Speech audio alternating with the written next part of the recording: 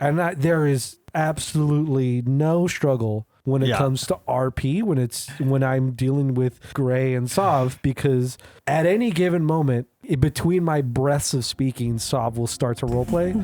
So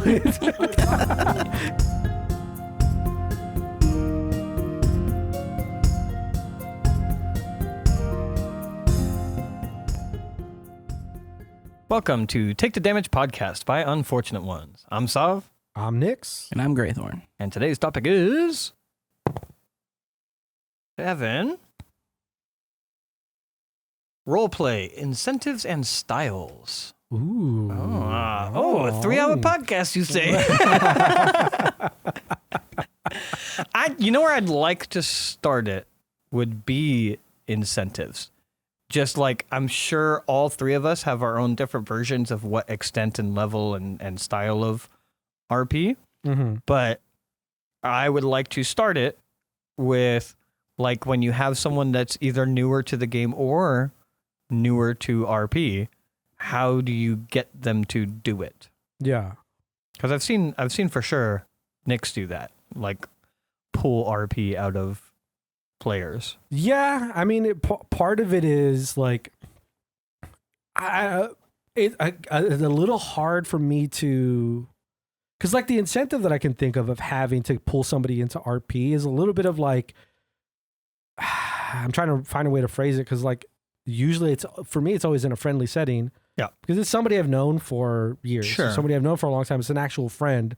So like if I'm just like very open, I'm smiling, I'm trying to like make sure that like it's a good mood, and like hey, like I'm really kind of emphasizing like, hey, you know, you should, you know, how do you know, the somebody's like, I already embody a character. I'm approaching them as a person that's in the world.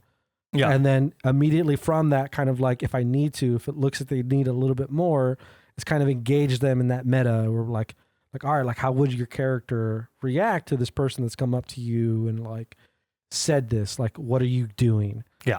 Like trying to be, at least when it came to those people who are our friends who are new to the game. Mm-hmm. Yeah. I mean, that is essentially the entirety of my method, and I know it sounds overly simplified, is like, just put an NPC in front of them and start talking to them in character. Yeah. And dive into a voice, do it like as a GM, you know, really. I think a voice really helps. I think it helps them realize who is talking to them. But also like just putting those moments in front of them when someone's like a little bit uncomfortable with the idea of RP, or just hasn't ever done it, and literally just sitting them, like taking their character, have them establish their character, their background or whatever, talk to them beforehand about thinking about like how do they speak and whatnot, but like don't overemphasize it. And then when you get to the table, yeah, just literally have an NPC around that talks at them. Yeah. And it's like, well, you're in this moment, you have to respond.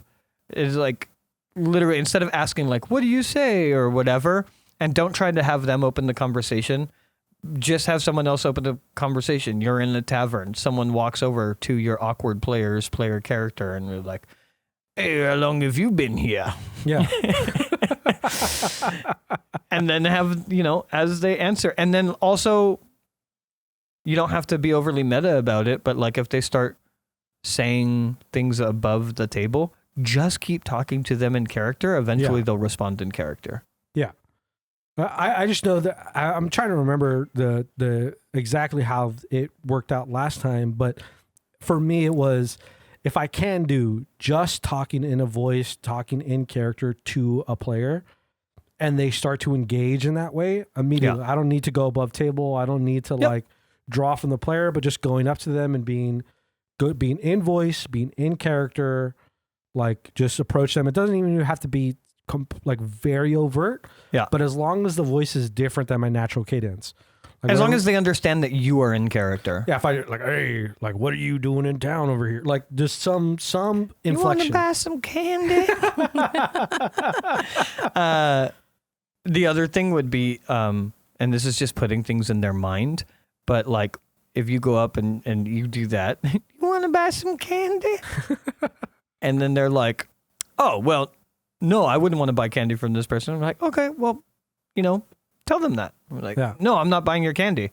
And they're doing that in that like super neutral, almost running through the game type of voice. We're like, okay, this guy looks at you curiously for a moment as he's thinking about how he wants to respond. What's your demeanor currently? Mm-hmm. Are you upset at him offering you candy? Are you secretly curious about the candy, but you don't want to show him because you're trying to barter and trade?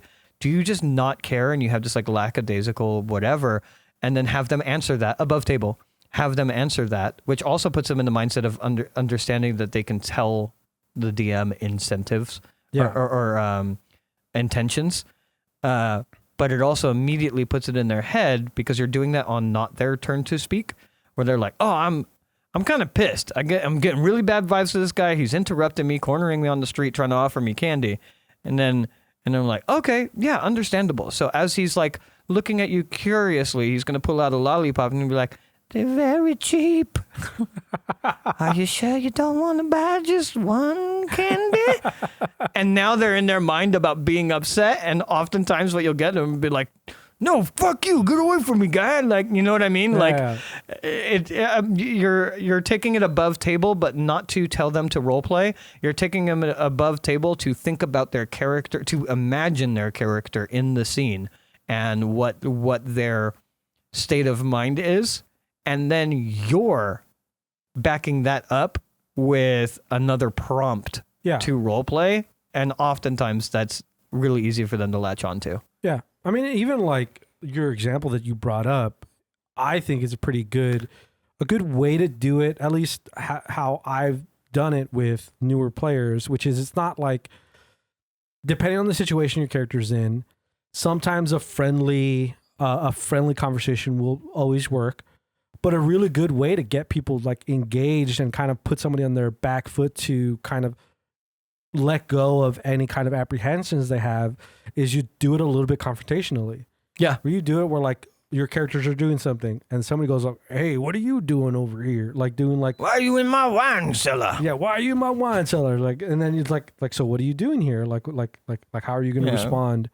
So like giving them, instead of just like, it's just, as you're walking down the street or as you're, I don't know, traveling, somebody comes up to you is like, hello, friend, how are you doing? What's your, like, it could work too. I think both work, but it has to be, even when it's friendly, it has to be like aggressively role playing at the new player. Yeah. Do you have any tips or any ideas, Gray? I mean, incentivizing role play. Cornering them with a character and you're talking to them as that character, that is like the way to go. It's like 90% of the work. Questioning them, like, what is your character thinking? What is your character doing? How does your character feel about this and that? Like, it's especially helpful when you have a character who doesn't partake in roleplay all that much. And so, like, when somebody else is doing a thing and that person is doing all the talking, and there might be a little bit of a thing about a character, and that character tends to be silent, doing that too. Yeah. Also really helps. It's like, I don't know, funny name guy. Well, how do you feel about this conversation that's going on right now? I mean, you really wanted to go to town over there, and he's talking about town over here. You have something to say in this conversation? You have some information that that he's not telling him? It is a little instigating. No, but that's you're drawing it out of them. Yeah, it's a little instigating, and it can seem a bit dickish on the part of a DM. But I mean, I'm fine with that. I think if you do it right, I don't think it does. Well, also like those meta questions about like pretending that you're the DM trying to understand their character again helps put it in their mind. I don't know that I would go this far with like a first time player, but maybe second or third time, I'd be like, is your character like, do they have like a gruffer voice or do they have an accent of any kind? Because I've also seen like the other end of that where it's like, oh yeah, they kind of have like a southern accent. It's like, cool, southern accent, okay. And it's like, well, how long have you been in these parts? And then they respond and they're like, well, I've been here for around blah, blah, blah. And all of a sudden they just start doing the accent because they didn't think about having to do an accent before. Yeah. And then, like, don't address it. Yeah. That's another big thing.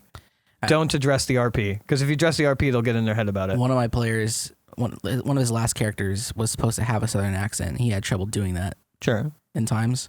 So eventually he got in front of an NPC that has a similar accent. And when you speak to them in that accent, it helps them kind of bring that out. Yeah. Helps bounce off each other. Yeah. A lot of, at least the experience I have is like, I don't usually fish for like them to engage. Like me as a DM, I'll engage in accent, I'll engage in inflection. But if my player is like just speaking in their voice, oh, I'm fine with that. Like, yeah, like you got to find your comfort zone. You got to find where you're comfortable. And if I'm already kind of coaxing you into like, like, because that's the biggest thing about incentivizing the role play. It's just when they do it, it's like, that's the whole fucking thing. Yeah. That's like what makes D&D. It's just like, as soon as you're willing to take that step forward into like playing the role and being a character, it's like, oh, dude, if you like that, if you're there for that part of you're in it forever. Like this is like this is the whole thing about D&D. Is just like, yeah, man, you're this fucking weird guy in this fucking a strange part of the world. Let's fucking go. Combat is so important for driving the game, but it's like the least important as far as hooking players into the world. I mean, or into the industry, I guess, of TTRPGs. I imagine there are players who are like maybe more Warhammer-y. Oh, for sure, there are. Like it is the combat. It is the actual the game part. Yeah, I'm just saying, like, for the majority of people that I've met, it's people that get really into the role playing that stick around the longest. Yeah, it's all of the mechanics and everything are secondary. Yeah. It's like whatever else is going on with this game, with this group, it's like, oh, I'm just here to have fun playing this character. Yeah. But like people that speak in their own voice, speak in their own cadence, don't respond within the demeanor of the character, things like that are the ones that generally don't stick around for very long. Mm-hmm. Yeah. I mean, it's like, I've done it plenty of times also as like a player where like, not just as a DM, but like if I'm one of the more veteran players at the table while the game is going on, and I know there are people that either are new to the game or don't role play as much. Oh, that's a good thing to talk about. Yeah. Yeah. It's like, players helping. Yeah. I've had plenty of times where like me and the other player, we're starting to travel to a place. And I just start talking. I just start talking in character at the other player about what's going on and what we're doing, and then that brings them into playing the character and into the role play, and it's been really fun. Like as soon as that hits, and then it's like boom, then the rest of everything else falls into place. Great, you're actually pretty good at that, though I don't think you ever try. You have this almost like method actor approach to playing a character when you're playing the game that like I think it does help settle the table into their characters, because no matter what, if they're talking to you, it's going to be in character. And when you need something done, you do it in character. I think that's one of the styles. I did it a lot as button. A lot. Even when I'd be sitting next to Nix at games, and he'd reach in and talk to me like, yeah, I don't know if that's such a good idea. And it's like he's talking to me normally. Yeah. You would immediately jump into your voice into the character like every opportunity. People would engage you in like what is otherwise above table talk, and you would immediately respond in character. Yeah, because we're right there. Yeah. We're right there in game. Yeah, so I'm not too sure we can trust that fella, but if you think that's the right case to go, Yeah. But that helps. That helps instigate roleplay. I have a player that I often just like sick on other people that I want to start role playing. Because he's really good about doing that. He also like he's often very like soft spoken and whatnot. So like everybody kind of gets along with that player. As he's very much he has that mindset that a player has that every player should have of like the number one goal is not his character's goals when he's role playing. The number one goal is to make sure the table's having fun. Yeah. You know what I mean? And then, secondary goals of like, yeah, of course his character has a backstory and whatnot, but he's just such an asset at a table, where it's just like, you happen to be alone in the room with this person that I happen to want to roleplay because they haven't been roleplaying enough.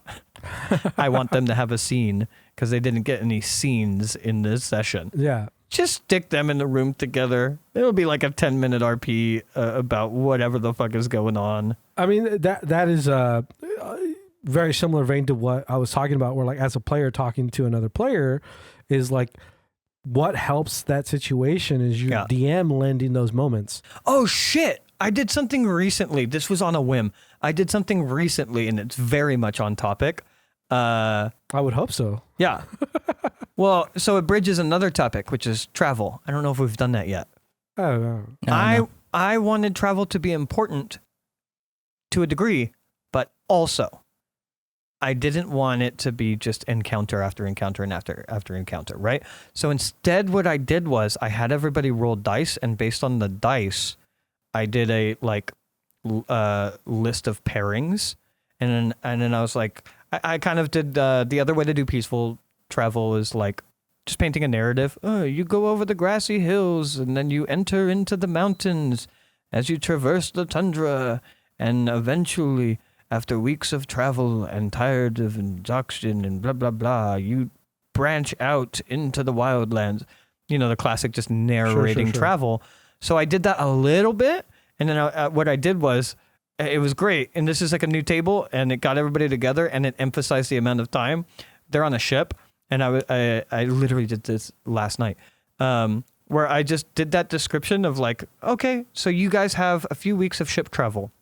As you travel on the seas and, you know, not necessarily a part of the crew, find yourself to have some free time traversing the ship, watching the various crew members as they do this, and the land gets closer in the distance, blah, blah, blah. So a little bit of narration. And I'm like, Gray, you find yourself sitting at the front of the ship as you look forward, knowing the adventure that you are going on and what awaits you when you meet land. As you see, NPC person, lean on the railings next to you. And then we just had like a little moment between those two characters. And I was like, as the conversation ended naturally, and we'd be like, okay, a few more days transpire, and your time on the ship, depending on how you would view this, is either peaceful or a bit monotonous as the sun rises and lowers over the sea, the mist spraying on your face, blah, blah, blah. Nix, you find yourself sitting in the galley eating a meal. As Gray, you walk into the galley and see Nix. This is not a meal time, so no one else other than the chef behind the counter is here. What are you doing?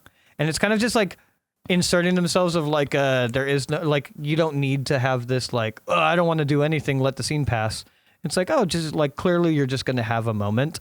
You know what I mean? Yeah. So it got some great roleplay, little 5-minute roleplay moments. The characters getting to know each other, the players getting to know each other. All of these nice little scenes that tie together an elongated travel. Yeah. That was a really fun thing to do, and we got some cool roleplay moments out of it. Yeah. I mean, it's when you can set up, like, that's a cool idea to do, like, the dice itself kind of determines who's going to pair. Who's going to pair, and so you can kind of generate some spontaneity where, like, you don't necessarily, if there are potential friend groups in your... It separates them, yeah. Yeah, it kind of separates it and encourages people. Again, also, if you don't know who is or isn't your veteran players, really helping to paint the picture of the scene that they're in kind of really does help kind of bring all that stuff out. So, like... Well, also, like, if thus far, Gray and Ace have kind of had a growing relationship, and they tend to seek each other out at the table as characters to resolve whatever is going on, blah, blah, blah. And that's a great thing. And that should be emphasized. That should be cultivated. Yeah, you should allow those moments to happen. It's a wonderful thing. But also, it's lovely in my opinion, to just be like, oh yeah, but in this moment, Gray, you come upon Nix whittling by the campfire as you step out from the woods from a successful hunting trip to a group that is relatively hungry. The only person currently awake and by the fire is Nix.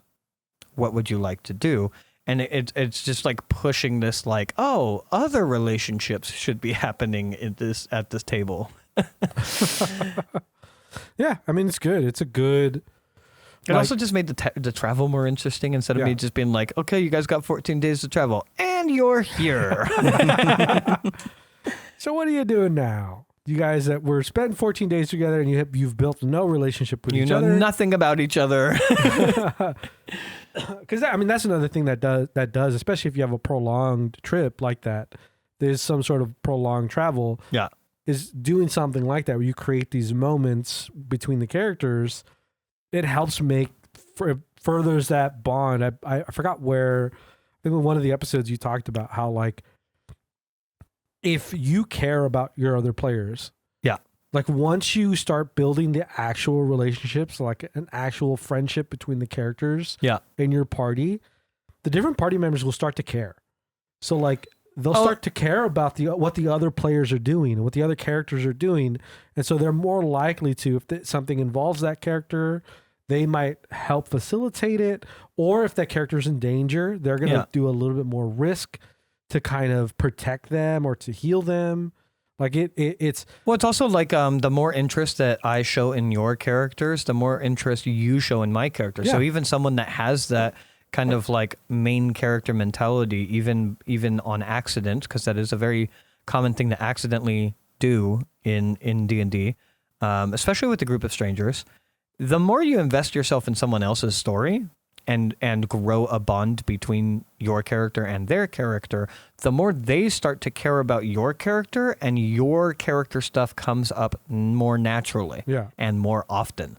So it also like, you know, if you want to just drop exposition on everybody because you wrote a cool backstory, obviously don't be in a hurry. But one of the best ways to do that is by just role-playing that you care about other characters and their backstory. You know how many times I've seen like players that are like, it's like the classic thing of like someone coming home and asking about your day because they want you to ask about their day. But that's a very viable thing in D&D. We're like, so Nix, tell me where you're from. Where do you come from? And then you give your little spiel and then ask follow-up questions as well and be like, oh, so you grew up alone in the woods. That must have been lonely. And then you can give a spiel about whether you were lonely or not. And like, well, not all travelers are lonely, I suppose. I myself have never had the luxury of traveling alone. How did you cope with that? And keep doing a follow-up because eventually they're going to be like, well, where do you come from? And it's like, let me get out my notebook. Well, where do I begin? I started my adventure as a young boy. Actually, DM, can we put a pin in it here? I think this is going to take a whole 4-hour session. I've actually have several speeches. Also, I emailed you a couple of music pieces that follow in my backstory. I mean, here's a slideshow for images that you should show at these points in time. Okay, image A. Cool. DM, next slide. Yeah, but forcing those moments between players is an option, but it's much better, and you can't put this on to other people, but think about it yourself when you're a player, for you to do that. If there is a player, just to wrap way back to what you were talking about when you're a player, helping the DM to incite RP, to incentivize RP, that's one of that's better than the DM doing it, because it's a player. If the whole table has that disconnect where they're just normal talking their way through everything, and it's just the DM RPing the whole time, there becomes that disconnect and there doesn't feel like an obligation. But if a fellow player does it, it's like, okay, this is a player doing a player character. I am a player too, and I have a player character. they're talking to me in character voice, I will respond in character voice. Yeah. The connection is so much easier to make. Yeah, I mean, your DM also has to help facilitate that. So like, there has to be moments in which like you're going to travel, and the DM kind of opens up that like there's time for your characters to interact, or there's campfire time. You know, like there has to be a time in which the DM kind of cues up a moment for a player to be like, oh, I'm going to talk to this other player, because if the DM is like, all right, how are you guys? You guys are setting up for bedtime. You have this person's going to be take first watch. You guys you settle down. Yeah. Okay, the night goes by. Your first watch, nothing happens. Second person, roll. Cool. You're going. Okay. All right. It's the morning. Like no window for like. So that's having something an that opportunity for characters to talk to each other. Yeah, that's something that because I mean. My early D&D days, I've been talking about forever, especially me and you, Gray, have talked about like those campfire scenes, and that's what's missing commonly. I feel like I've kind of figured out how to do it, which is like, don't allow the players to skate through certain moments. So like sometimes you do. Sometimes it's like, okay, you guys are going to be traveling for a couple of days. You know what I mean? Mm-hmm. The first day, you could allow it. Or the first day you don't allow it. It really can be random, because of the way that you pull that out, which is like, okay, when would you guys like to set up camp? And don't let them run away with it. Let them answer your question of when they would an hour before sundown, cool. And then start painting the picture. An hour before sundown, you guys decide that it's probably best, while you still have some light, to set up camp. And you pull off of the main road and travel a little bit further into the woods. Let me get a survival check, and just give it to the whole fucking party. Who cares? Yeah. And then give them the check, and whoever rolls the highest finds a clearing in the woods. You find, as you travel through the woods, a clearing in the woods. It looks like a good spot, reasonably sheltered from the environment, and good line of sight. Blah blah blah blah blah. What kind of camp are you guys setting up? This is why it's generally good to do it on the first night, but what kind of camp are you guys setting up? Okay, who's doing what?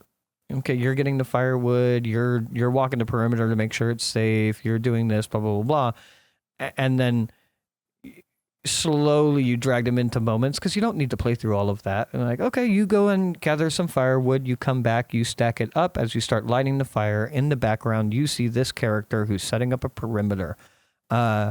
Nix, as you are sitting there lighting the fire and getting the kindling going, Gray, your walk of the perimeter has finished. You don't see anything.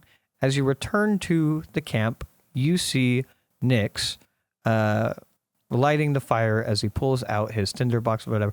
The more like descriptive that you get, the more they feel in the moment, and then turn it onto a player as if this is a playable moment, and give them the, what are you doing? Oh yeah. And then immediately it's just like, oh, I guess this is like an actual part of the session. It's not just a camp, watches, perception checks, move on. The more you drag it out, the more they realize it's an important scene, and then just have nothing happen to them in that scene, and they will just role play at each other. Boom, campfires.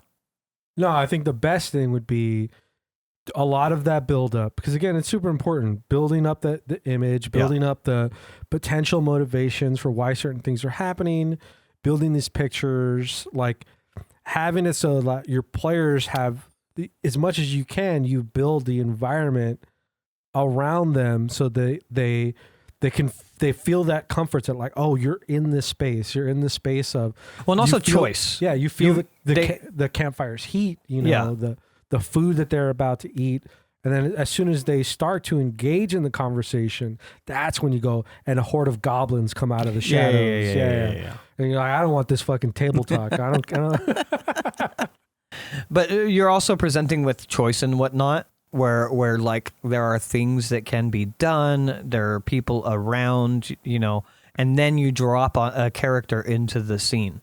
You don't have to drop everybody into the scene. Describe what Nix is doing. Describe what Ace is doing. Gray, you are returning from the tree line. What are you doing? And that begins it.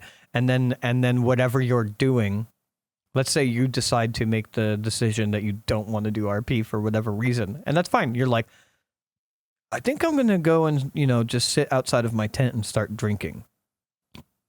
So you've interacted with no one. Cool. Nix, as you light that last spark that does catch the kindling and your job has completed and you lean back on the stump that you have brought over to the campfire, you see Gray a few feet away pouring himself a drink. And you just keep lending it to another player and another player until RP happens. You know what I mean? Eventually someone picks it up. It almost always happens. Yeah. Someone picks it up and starts an interaction. And then you jump back to the fucking first loser who didn't. And you're like, hey, everybody's talking and partying and having a good time. Gray, you see this conversation happen. You're a little bit far away, but you can pick up little bits of it. There's definitely intrigue in that direction as you see Ace and Nix speaking around the campfire, and your belly starts to rumble as you see the fish that they are cooking over the fire, blah, blah, blah, blah, blah. And just pull people in. And then Gray goes, all right, I'm going to bed. Exactly. The big helpful move is when you set up all the scenes to do after every single one is go, when you go like, well, yeah, so you sit there drinking your nice warm drink, waiting for the rest of your team to settle in and settle down as you see one of your companions, Thixilus, walking by, and you see him, and he looks like he's sitting down alone, maybe about to get the final preparations done. There's a moment where you potentially could get up and engage with them. No,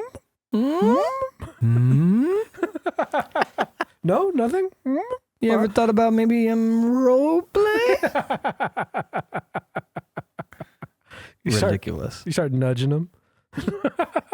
But yeah, those campfire moments and incentivizing those campfire moments, those RP moments, helps. Yeah, it doesn't necessarily have to be helps players. Helps players get into the RP as well. Not necessarily a new player at that point. I feel like we're talking about now just inciting roleplay at your table. Yeah. But I mean, new players as well. I mean, I do the same thing with new players. That's how I get new players involved in things. One of the other things that I love, I just had a conversation with a player where they're playing someone that doesn't talk a lot. I did this so much with Botan as well. Just remembering back to G&G. When you have a player character because the player, very social, but the player character doesn't really talk a lot. Very introverted, very introspective type character.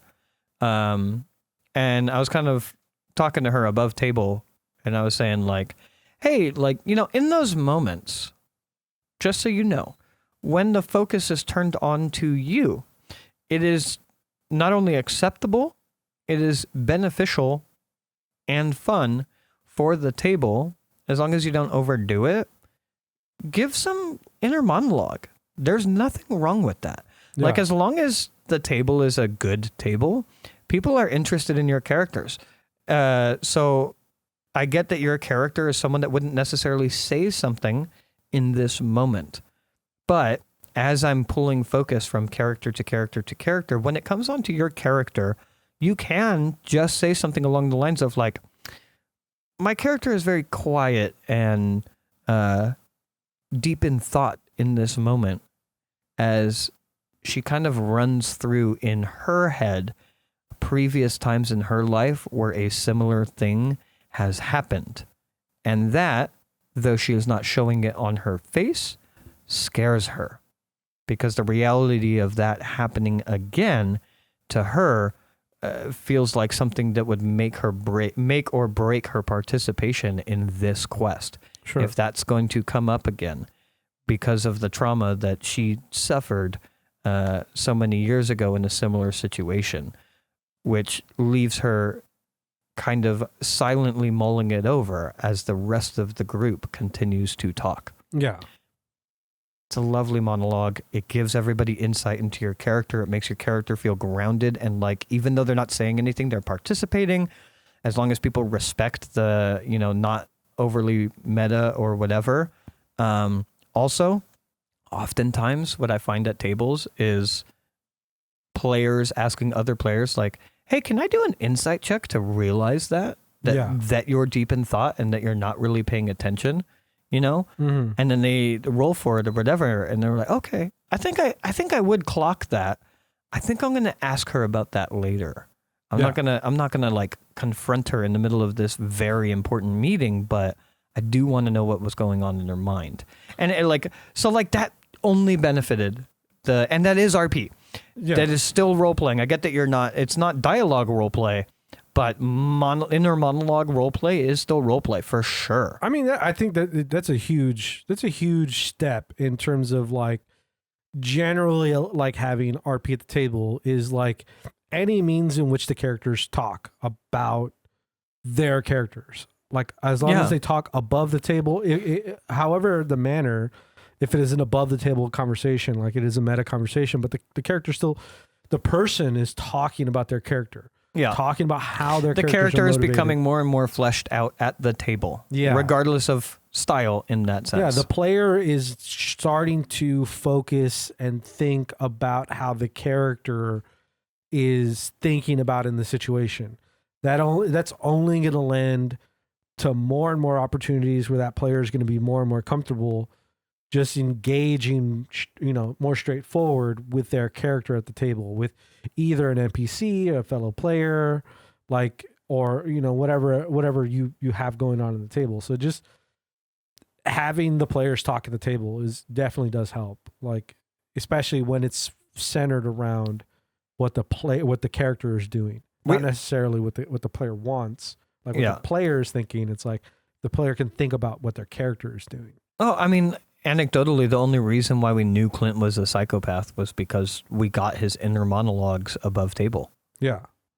And that was like everybody's silent and listening to you describe what he's thinking about. And then oftentimes in a more meta way, you would even rationalize it at the table of like why he would be thinking in this direction. Yeah. And it made him a more grounded character. I know Botan, same thing. There was a lot of times where you talked about what Botan was thinking about or what he was mulling over in his mind.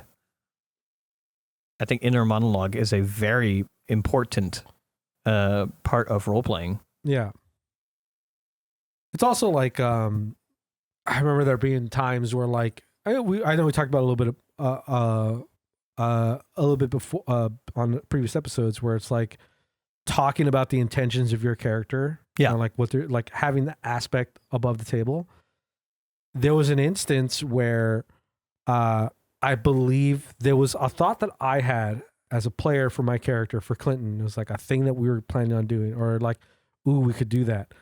And then Botan Bill, which is Gray's character, he was talking with another NPC or another character, and he had said something out loud. He had said something about like in character about a thing they wanted to do. Yeah. I think it was one of our plans about like getting the crew and shooting up a bunch of ranchers. I forgot what I forgot our name. Night of a Million Long Guns. Yeah, the Night of a Million Long Guns or something like that. And I just remember as a player being so happy and be like, oh my God, I can't wait to I want to meet Bill. I want to get back.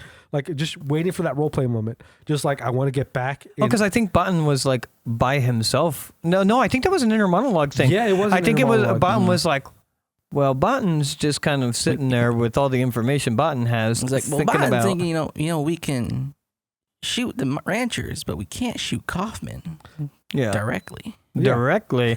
But what if all of the ranchers got shot at? You said that as an inner monologue thing, and then everybody at the table was like, oh, we got to regroup. We got to regroup so that potentially Botan can share this at the I remember both of you guys having like a glint in your eye as soon as it happened. I think you almost had like a dude, I was fidgeting at the table. It was one of those moments where fucking Brendan Lee Mulligan has a great thing on this, where players get overwhelmingly in their own heads, where they come up with a plan, and you as the DM know that it is a totally viable plan, but just because of the nature of D&D, they're like, no, that'll never work.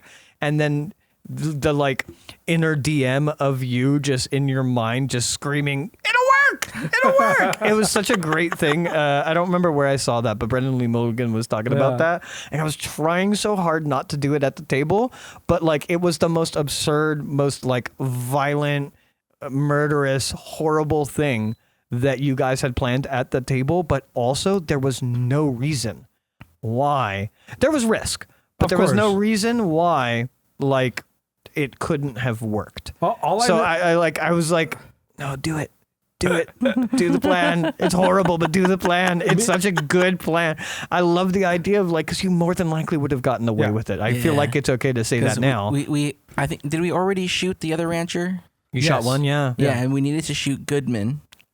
Yeah, but it had to look like an. We had to make it look like Kaufman wasn't involved. Yeah. He wanted it to look like an accident because he wanted to make sure that it looked like he wasn't involved. And you were like, well, what if we shoot all the ranchers and just kind of wing Kaufman?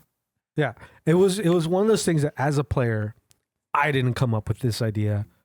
I knew Clinton would love it, and Gray said it out loud, his inner monologue out loud.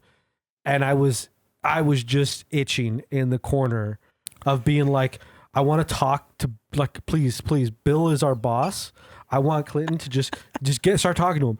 And I just remember, like, just as a player, I'm just in front of Bill, like, hey, Bill, like scratching my neck, like, hey, you got any ideas about? Hey, man, got some plans? Hey, man, you got any plans about what we're gonna do? Hey, come on, man, please share all of your thoughts, please. I'm just sitting there as a DM trying to keep a stoic face inside my brain, screaming like, please do it, please do it. I want this to happen.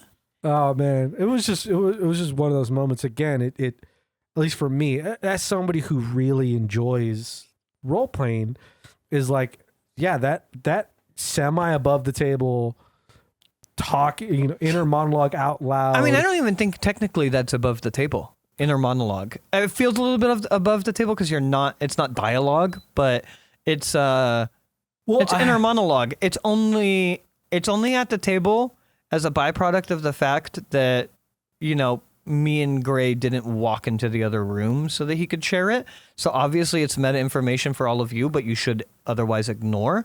But it is also just an important moment. And without that happening, that moment quite literally doesn't exist. No, you know this as someone who fleshes out characters over time, that if something doesn't get said out loud at the table, you might scrap it later. Even if it was your intentions that in the moment that was a thing that was going on, you might scrap it later because you like this new arc, and that one technically wasn't canon anyways. Mm-hmm.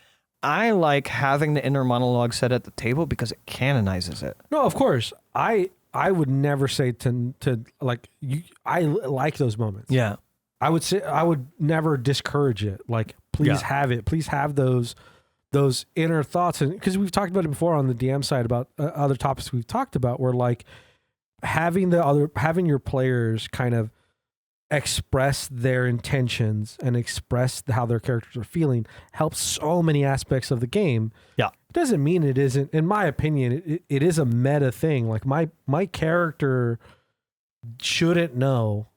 Kind of. Here's my argument is only that, like, for Gray, talking about Gray's character's inner monologue, Gray isn't sharing meta in that sense. He is role-playing through a moment. It would be meta for you to then act upon it. The difference is if Gray just above table goes like, hey, by the way, guys, I'm going to this place, so you should all meet me there because I have a 14 in persuasion, so I'm just going to go persuade our way out of this. So, like, stop what you're doing and let's just regroup over there. That's one meta to another meta. Sure. This is someone role-playing. Yeah, if you take that information. But it's similarly, what I'm relating it to is, like, let's say you guys have split the party.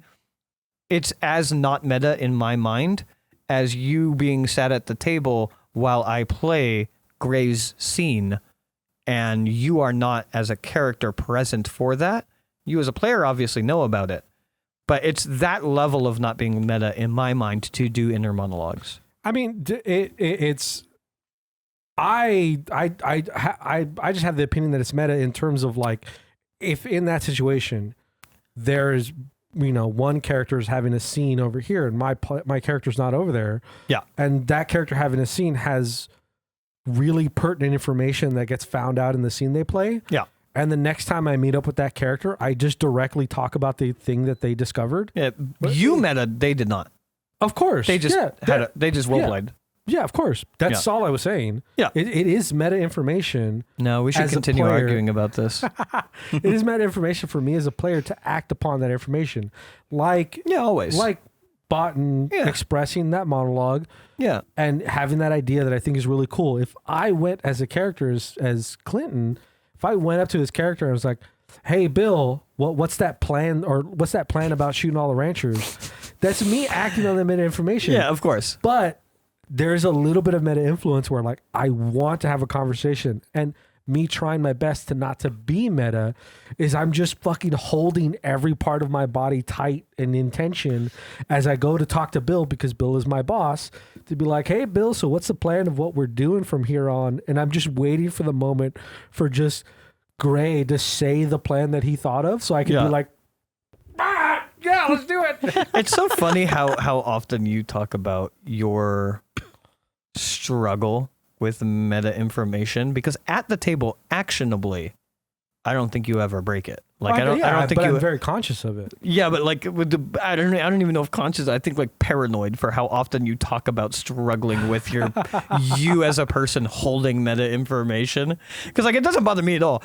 Even if I liked the plan, I would be like, well, hope that comes up. Anyways, I'm over here buying a poncho. if the meta information is pertinent to a thing that I would like to happen, that's the part where me it's generally a struggle, because like I want the thing to happen. Yeah. But I don't want to do anything consciously to like have that like influence that thing happening in a way in which I took advantage of that information. Yeah. I just mean like you just like you've talked so many times about your struggle with that combat of like push and pull and whatnot, where like for me it's so easy to be like, well, I sure hope he brings it up, but I don't care. I'm going to go about my day. And, I as a player, very much into this idea. As a character, don't know about it. I'm going to continue walking down the street and buying apples. I mean, I guess it's just, again, it's the difference in attitudes of just like, I am overly concerned. Yeah. I agree with you that I'm overly concerned about trying not to let meta information that my character knows influence his decision making.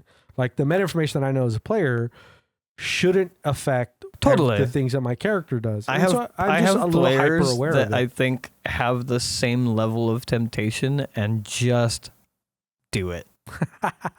Like, well, no, because like we would all know that. I'm like, why? We would have talked about that at some point. And it's like, we've played the game. You didn't talk about it. Yeah. Yeah. At no point did you express that you shared this information with each other. So why would you have like, we've had that happen where they decided to split the party, shit went down, and they're like, okay, we're going to enact this plan to regroup. And it's like, what plan? Who knows about this plan? Yeah. I'm like, well, we would have talked about that. Surely we would have talked about that. And it's like, but then talk about it. It is like, I mean, I've had moments where like, I am as a player, like I know meta information and I'm like, I'm about to go do something that's going to fuck me up. It's probably potentially going to be bad. And I'm just going to go, all right, I'm going to start going in that direction, and fucking Gears of War trailer music plays. And I'm just like, I'm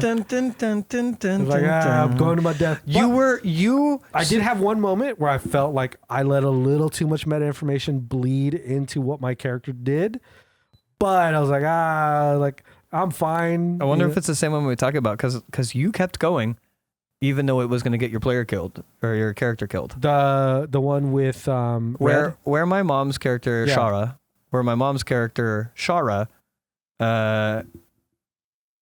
skipped a whole chapter of our game by killing a big bad, and sacrificing her character. You didn't necessarily know that scene was going down. So you had told the rest of the group that you were going to go scout and hopefully negotiate to try to talk to this character. Yeah, and try and get Shara out, knowing who it is. And so you went off, but like you continued to go in that direction. Yeah, you didn't circle back just because you knew things went bad. There was a moment in that where, again, it was that Gears of War trailer, the year 2000, what was it? Yeah. 2010, whatever trailer, where I'm just walking to my death. I know this is just a bad time. And you got to keep walking because your character doesn't know that. But the thing is, the only thing that gave me a little bit of like, I have this meta information that things are bad, that things are going poorly, that this is not going to be good for my character. The only thing that gave me any semblance of like, I guess this isn't really breaking meta, but this is definitely something my character would worry about, was the amount of gunshots that fired off. Because that is what scared my character. Oh no, that was no longer meta though. Like your character saw, it was so great because we played through the whole scene, and then I brought it over to your character, and it was like, yeah, as you are descending down from the mountain to the trail where you would branch off to head in the direction you were told where these people are, and it's nighttime, you hear a pop and a single flash. Pop! And then a pause. And then pop, pop, pop, pop, pop, pop, pop, pop, pop, pop, pop. And it's like, oh, all of those subsequent shots, by the way. That was also how I described to Shara basically the number, because I described it in the moment of like, you get that shot off, you see it happen, and then you get riddled with bullets, and as you fall off your horse and land on the ground, before your light fades out, the last thing you see is the dead eyes of the person you had shot. You fall into oblivion knowing you did it.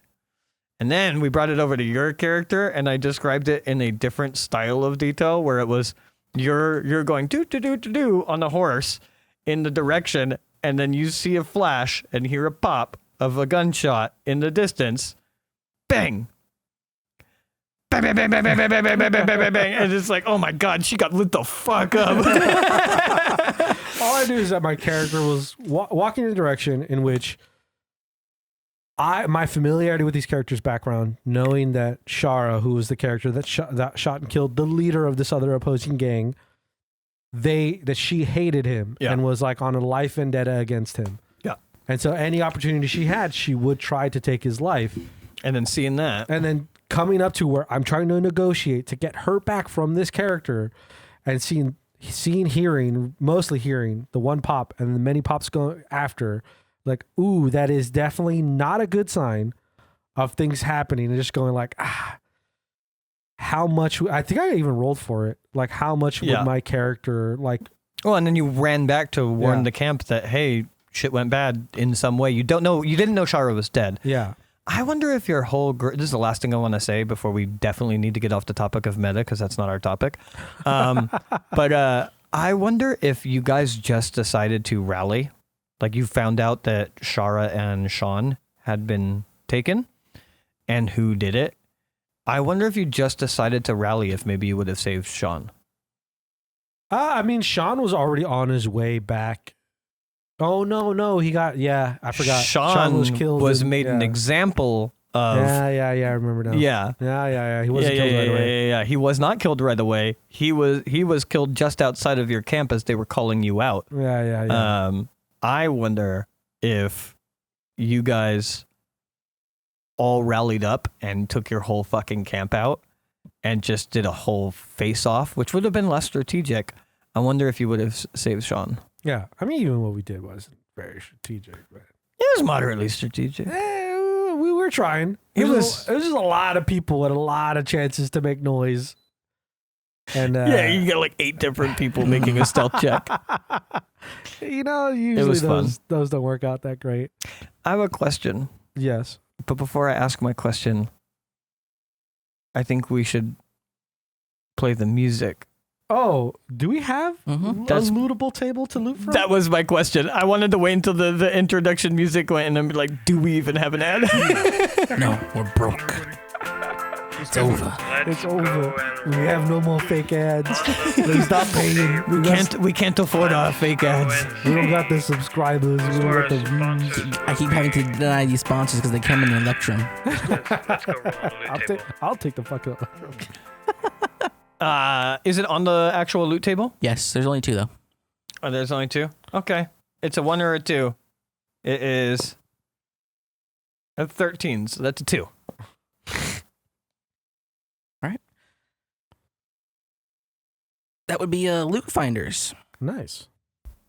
Hey adventurers, tell me, how often do you walk into a dungeon just to find a few measly +1 chain shirts, a healing potion that's weaker than your 8 hit dice, or a scroll with some powerful first level spells scribbled on it?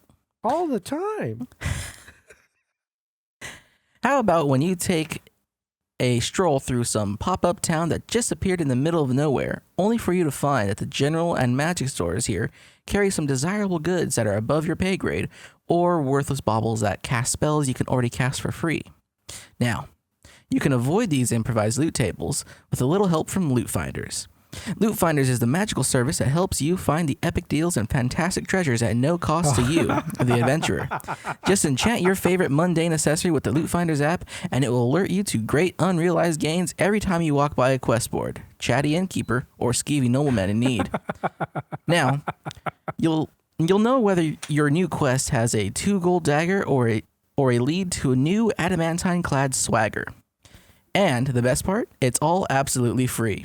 Just be sure to etch the Take the Damage onto your new soon-to-be magical item, and the world's hoards will soon be yours. Wait for it. All right, reads over.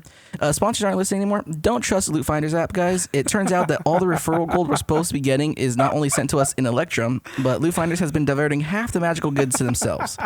So, like, it works, but you're not actually supporting us by using it. Yeah, wizards. Fucking wizards.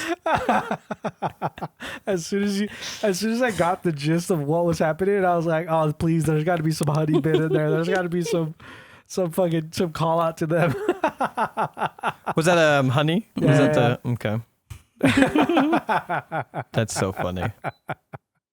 Fuck those guys. Are they bad? You didn't know everything that happened? No. We'll save it for post show, but Okay, yeah, push up. yeah.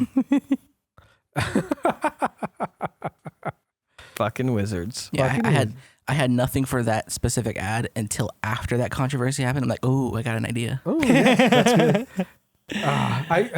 I did the little bit of like all the time. I wanted to do as soon as you said that second part. I was like, man, this guy's talking about me. But you rolled through it, and I was like, I missed it. I expect you to do that second part. Yeah. I was like, I was about to say it. Then you started doing the line. I was like, damn it, I missed my opportunity.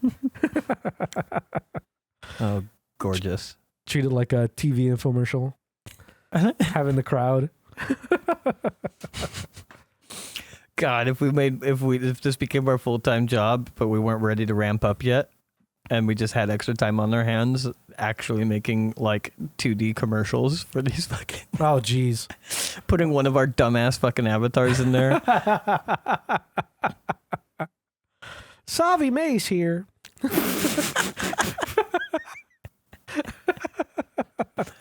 I fucking love it. Nakey Jakey has always had he always had this bit, whereas Jakey and Jakey, attorneys at law. Yeah. That was like an old bit that he did, and then when he started doing sponsors, it's the fucking Jakey and Jakey, attorneys at law, that character or characters that do the sponsors now. Yeah. I fucking love it so much. It's the only ads that I watch are Nakey Jakey ads. It's the only sponsors that I don't skip through, because it's just still him doing bits in just like the weird, I don't know, brand of humor that he has that I fucking love so much. His sponsors are just that as well. Yeah. I mean, for me, it's always the best version of, like, some of them I still don't bother listening to. I skip through, but the best versions of an ad is the ones that are integrated really well. Well, it's also like, just already his style. Like, his channel is primarily a video game or video games channel. Primarily. Heavily primarily.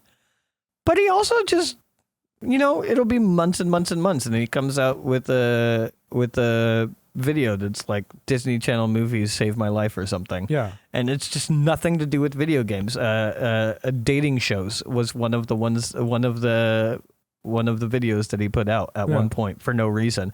So like the sponsors just feel like another random topic that he's decided to talk about in his sense of humor and characters. So like I have no problem watching those ads. I hope to make him lots of money. Yeah. Also, that was us role playing what our post shows are like.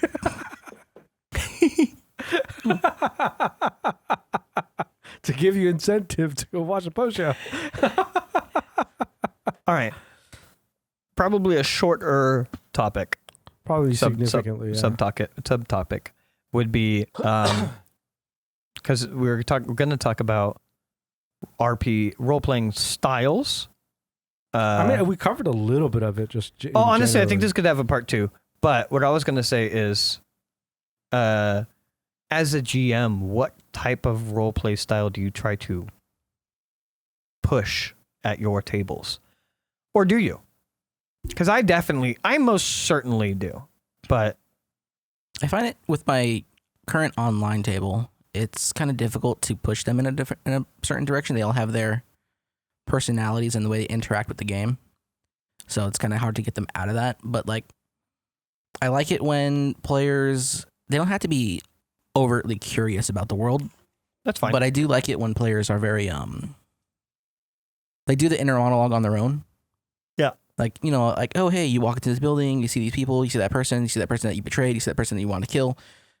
What are you doing here? And then and then if they show up and they're like, yeah, I walk in and I see those people, I'm like, yeah, I know that they're here.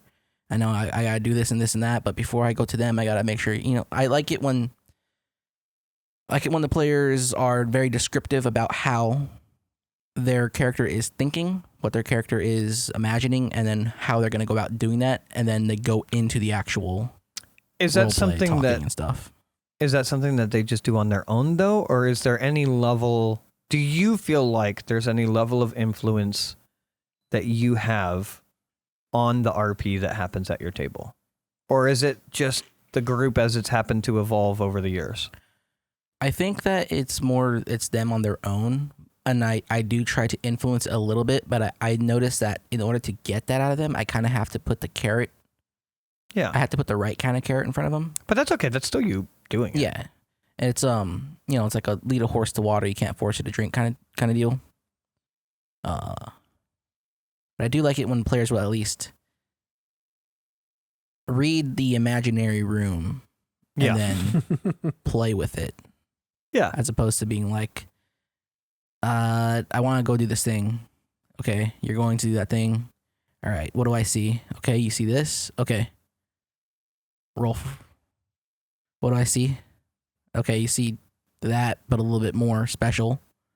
And then, okay, I want to go talk to that, and like it's hard for me to put in words. I'm also very tired, so that hurts. I don't know. It's I know with some players that I have, it's a lot easier for them to go about what their own character is doing at any given time, which is great. But then other players are a little bit more along for the ride most of the time. Sure. So I don't know. I like it when players are curious about the world, interact with it, and are open with what their character is thinking by actually announcing what their character's intentions and thoughts are. Yeah. How do you emphasize it or do you bother because they're already doing it on their own? It depends on how much they're giving me. Would you like ask follow-up questions? Yeah. Like when they're like, oh, well, my character's thinking about this, blah, blah, blah, blah, and be like, okay, what about this? Or whatever follow-up question you might have. Sometimes. But sometimes it doesn't go too far. There's not a lot in that well. There's only so much you can do. Yeah. Yeah. Because I definitely intentionally influence the fuck out of my tables. One of the biggest things that I do that you guys know I do, which is I would put it under the category of like setting the mood of the style of RP by throwing NPCs in, where like, especially very early on, if I want a more serious campaign, session 1, have an NPC present, and the NPC talks, if it's a really grim, dark, hopeless, terrible fucking world, just have for no reason. There's just an NPC, like not for no reason, make it fit, make it there's a reason why this NPC is there, so nobody feels weird about the NPC being there. And then just have the NPC just be the most pessimistic, grim fucking, but it immediately sets the mood. You know what I mean? Also all of the questions that I ask, because I do that constantly, like, okay, Gray, what does, like, if anybody were to look at you, it doesn't matter if they are or not, what do you look like in this moment? What's your reaction to what is going on? I'm not asking you to do dialogue. I don't say this part, but like, I'm not asking you to do dialogue. I'm asking you to describe your demeanor, describe what your reaction is, your visual reaction. I do that from and time then to time. If I get something good that I could latch onto, I'll then double down and be like, what are you thinking about? What's going through Gray's mind as these things are happening? And like a lot of that is just really, I do a lot of things to intentionally slow down scenes. And that tends to pull out the type of RP that I'm looking for. I've done that and I get varying results, but I'm also the kind of DM that I like to instigate RP with consequences of actions more so than like what's around, if that makes any sense. How so? So a player does a thing and then they do it a certain way, and then maybe like a day later in game, their faces are on wanted papers. Sure. Stuff like that. Like there was an event sort of in my previous long form campaign where they're supposed to take a noble girl to a town and, you know, protect her along the way. She dies. They revive her into some bug monstrosity. Classic. Mm-hmm. As you should. Mm-hmm. And then the only thing that's known about that party is that it's a giant and 2 elves. And in my world, elves are generally chattel slaves. And what is the giant doing with 2 elves? Oh, they're obviously his property. So somewhere in town, there are posters of a mysterious giant man and his 2 elven slaves who have done away with a noblewoman. So that's how I try to get things rolling. It's like, oh yeah, you see a poster here. Raph, it describes you to a T. Mm-hmm. And you're 2 eccentric elven slaves. Mm-hmm.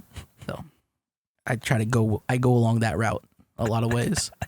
Just telling them how the world perceives them. Mm-hmm. Yeah, and then just letting them react to it. Yeah, and then sometimes a character will react to them. It's like, yeah, you seem to be getting a lot of people looking at you and whispering as you walk along town. And, you know, you're the only giant that you see around here. And you do have 2 elves with you. That's funny. You have any...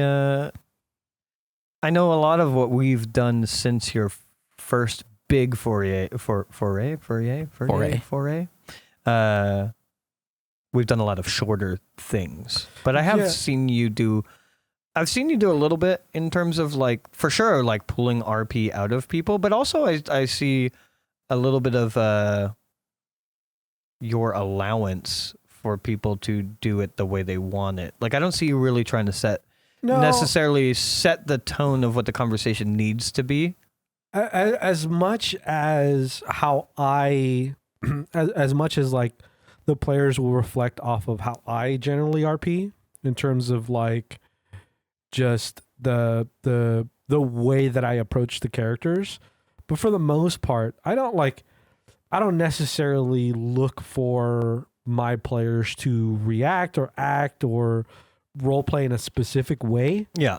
Just because a lot of the times I've had the people I've had to deal with that are, or the players that I've had that are, I'm trying to coax the role play out of are generally newer players. Yeah. Because outside of that, it's Sov and Gray, and there is absolutely no struggle when it Yeah. comes to RP, when I'm dealing with Gray and Sov, because at any given moment, between my breaths of speaking, Sov will start to roleplay.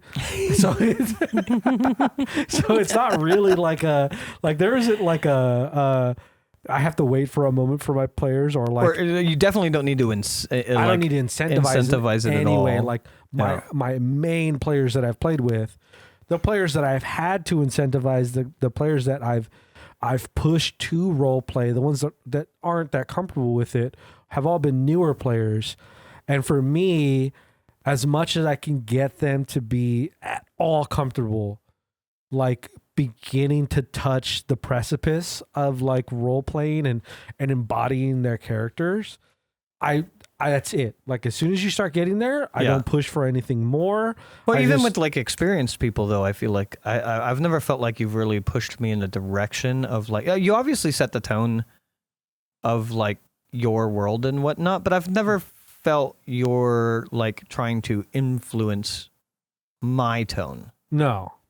I mean, I can't imagine a situation in which I would, where I want you to like what you said earlier in terms of like, if your story has a more downtrodden, pessimistic tone, that your NPC would be pessimistic or down in a certain way. I don't necessarily see that as like, personally, I don't see that as driving a style of role play. To me, that's like, oh, that's more of just kind of building the tone of your world.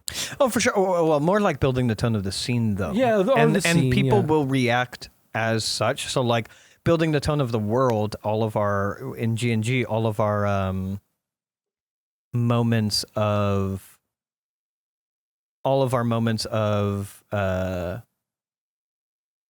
the backstory shit that I did, where I gave everybody like little 10-minute backstories and whatnot. That was more like, setting the tone of the world, which immediately put people in a mindset. Yeah. But then like even scenes. So like when we had like celebrations at camp, which we did have a celebration at camp, I had NPCs being friendlier. I described friendlier things and whatnot. And then I approached players as NPCs and started a jovial conversation and whatnot. And it was like immediately the response I got from everybody was everybody being jovial. Whereas other scenes that I would have put on, even less like important ones, still kind of very much trying to use the world and the NPCs to set the tone of like making it very clear to the player, like, hey, Nix, you're in this situation. These things are happening. These people are speaking in this way. You understand this is a serious moment. And immediately that influences how you react in the moment. I think part of this discussion, part of a lot of these discussions is I have, for the most part, as being a DM, I've been very lucky. Again, I think I've said it before, where like most of the times that I've DM'd has been for friends. Yeah. And it's also like been for you two. It's been for Sov and Gray.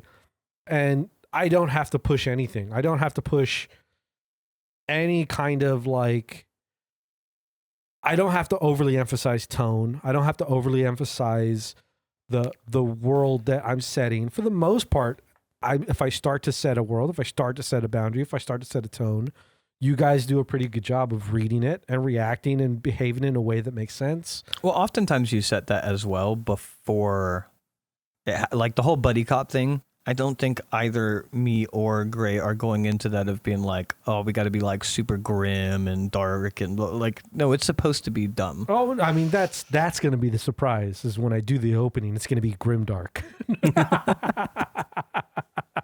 No, but yeah. But I think like there's like above table conversations that happen before a game starts. I mean, that's the other thing too, is another aspect of it. Again, because we're friends, because we talk about this kind of shit all the time, like especially if it's even if it's one shots, and especially this upcoming like potential mini campaign, is like, I can't help myself but to talk about it.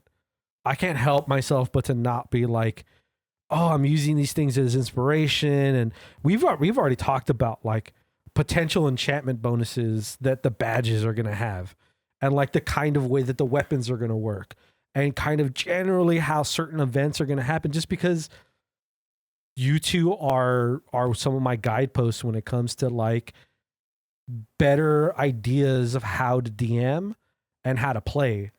So like the level of comfort that I've had to be able to just present a story, and being able to have my players play the story and be in it. It's like, oh, I very rarely do I have to think about it. Yeah. Like even in this conversation, most of the stuff I've talked about has only been from the perspective of talking about newer players, because that's where I feel like I can contribute it, is because as a player and as a DM, the stuff that I've used to help bring out that role play from players. Yeah, I've seen you do that. Yeah, and it again, I said it earlier in the episode, it's, to me, that's everything. Yeah. As soon as you can get somebody, if somebody dips their toes into the role play part of D&D and they like that part, that's a lifer. That's somebody who's like, you're going to keep playing this game. You just ruined that person's life. I've just made a problem. I mean, I did it to Sov. He was a perfectly normal human being with normal goals and incentives about his life and what he was doing, sort of. And then I introduced D&D to him. And then now look at him. Huge loser. He's huge. He's a D&D addled adult who after his second game was already coming up with the mechanics of a brand new system. It was insane. You've relatively ruined my life. Yeah. Yeah. It's I was a Hollywood animator making over $100K a year. Now I'm in extreme debt trying to be a D&D. Yes, that was all me. Thanks. You've done this. But yeah, I mean, it's hard for me to get beyond like to get into the nitty gritty aspects of like beyond the relationship that roleplay has with players who are new to the game. And like, where do you go from there? Because again, like my experience with my players has always been players who are above and willing to roleplay to a degree that has been like nothing but beneficial for me as a DM. Well, we also don't necessarily forcibly bring our style or our own tone to a table. It's like, yeah, whatever tone you're going for. If you ran something super dark or whatever, oh yeah, we would just do that. If you ran something super goofy and fun, we'll just do that. We don't care. Yeah. So like, we're very flexible as players. Yeah. Man, again, it's one of those things that like, I don't know. I've only watched. I haven't watched like all of Gray's content that he puts out, but like the bits that I've seen is like Gray's table seems also pretty receptive to his games, and they talk to each other in character, and they role play, they do their thing. So you have a fairly, friendly table. I've seen very little of your. I don't often join your games because the ones that I have, the players that I've played with, super into the game. So like, it's hard for me to gauge like the public, when somebody comes up to pay for a game. Yeah. What is their attitude that they bring into the game? It's only some of your stories that I've heard where I'm like, okay, so now I get this insight of like how to deal with these different aspects of players. So like some of this conversation is like, ooh, that's cool. Like I'm hearing it for the first time. So I'm here as an audience member as I'm participating, be like, oh, that's interesting. Like, huh, Gray? What did you say? Oh, cool. I didn't know. I mean, we've had moments where like in these recordings where like, holy shit, Gray, I had no idea your opinion was that. Like, or with our weird leans where like Gray is more. Oh, like very much the DM. Yeah, very much he wants to be a DM. Yeah. And Sov very much is even. Like like that conversation that we've had on the podcast, I didn't know that. I didn't know how much. Why would we talk about the degree in our regular lives? Like, why would we talk about the degree in which we want to play certain aspects of the game? We've just like, hey, we're not doing any. We don't have a consistent game going on. Anybody want to do anything? Like, oh, I want to run one shot. Oh, about what? I want to try Dungeon Crawl Classics. All right, cool. When do you want to do it? This time? Cool, let's play. So it's not like a... Oh, God, I just realized that when we do system exploration, it's going to be you DMing, and it's going to be me and Gray fucking it up again. For the third time. 99th percentile, baby. Let's go. I believe in you. Love it. All right. Yeah. I think there is so much more we could talk about role-playing. I think we leave it for a part 2. Yeah. Sounds good. Part 2, I mean, one of the big topics for part 2 that I feel like we could talk about for a long time, the different styles of RPing, not that we like, but just that exist. Yeah. That we've seen or... Yeah. Yeah. Because there's loads of that, including not role-playing being under that umbrella. Mm-hmm. But yeah, I think for today, I think we're good. Yeah. Thank you for listening to Take the Damage podcast, talking about role-playing. Make sure to like, subscribe, hit bells, head over to our Patreon and our website. You can find paid content there. We do have some merch up on our website as well. We are also doing every other post show, every other quote unquote premium episode is going to be free and available to the public on our Patreon on our website. If you want to check out what our post show content is, it's basically just us freeform talking, no topic, which is pretty much what we do anyways, but freeform conversation just in general about TTRPGs, whatever's been on our mind for the last week or whatever, not on a topic. Yeah. And if you want to check that out for free, we're releasing every other episode of our post show for free. Yeah. So become a member. Support us. Yeah. Give us your money. Or just check it out. See if it's worth it. And then if it's worth it, yeah, come on. Just give us your money. I'm Sov. You can find me over at startplaying.games. There will be a link in the description. I run D&D games professionally over there. Feel free to reach out, join any of my games, or otherwise reach out for a custom game request. I love custom game requests. I love world building. I love home brewing and all of that good stuff. It is my preferred way to DM anyways, so custom requests, welcome. I'm Nix. My link will be in the description. It is YouTube, and I plan on adding more stuff to it. But for now, it's Ultim Reborn videos. How many episodes, I got like 2 or 3 animations. How many episodes is your pitch that you plan on doing stuff? Probably, let me see. I got that gig going on right now, so I don't know. And I got a couple of things I got to finish for us. Probably like 3 months. Stay tuned. I'm Graythorn. I am Graythorn on Twitch. I am Highbar Graythorn on YouTube. I am playing a game on Thursdays. 0th level campaign. A bunch of kids stuck in a swamp. You gotta figure out what the hell's going on. I'm not sure. I might make that into a full-time campaign. Love it. I love the idea. I might make it into a full-time campaign. Switch things up a bit. Maybe they'll be first level in like 5 months or something. Who knows? See how that rolls. Yeah, you can find me there if you want to see someone play DM a game with extreme exhaustion, sleep deprivation, and brain fog. Mm-hmm. Yeah, the natural all good things. For what is otherwise 0 level commoners. Yeah. Love it. Great stuff. And you can find links to any of Gray's stuff also in the description. Cool. Thank you for listening. Bye. Bye-bye.